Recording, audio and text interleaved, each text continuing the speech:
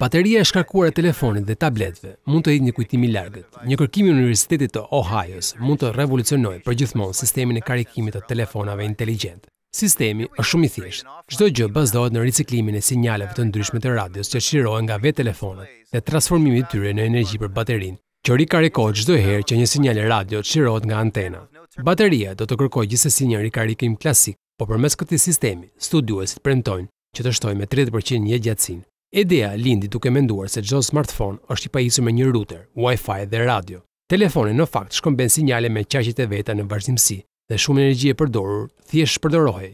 Sistemi i krijuar synon të rekuperojë këtë energji dhe ta rifuzë në brendësi të sistemit të ushqyerjes së telefonit, duke evituar shpërdorimin. Pra, kërkuesit kanë konceptuar një sistem që jo vetëm identifikon në kohë reale se çfarë sinjalesh radio shpërdorohen, por rekuperon energji pa ndryshuar funksionin e telefonit. Risia është padyshim shumë e dobishme, duke marrë në konsiderat se ajo do të ketë një çmim për $100.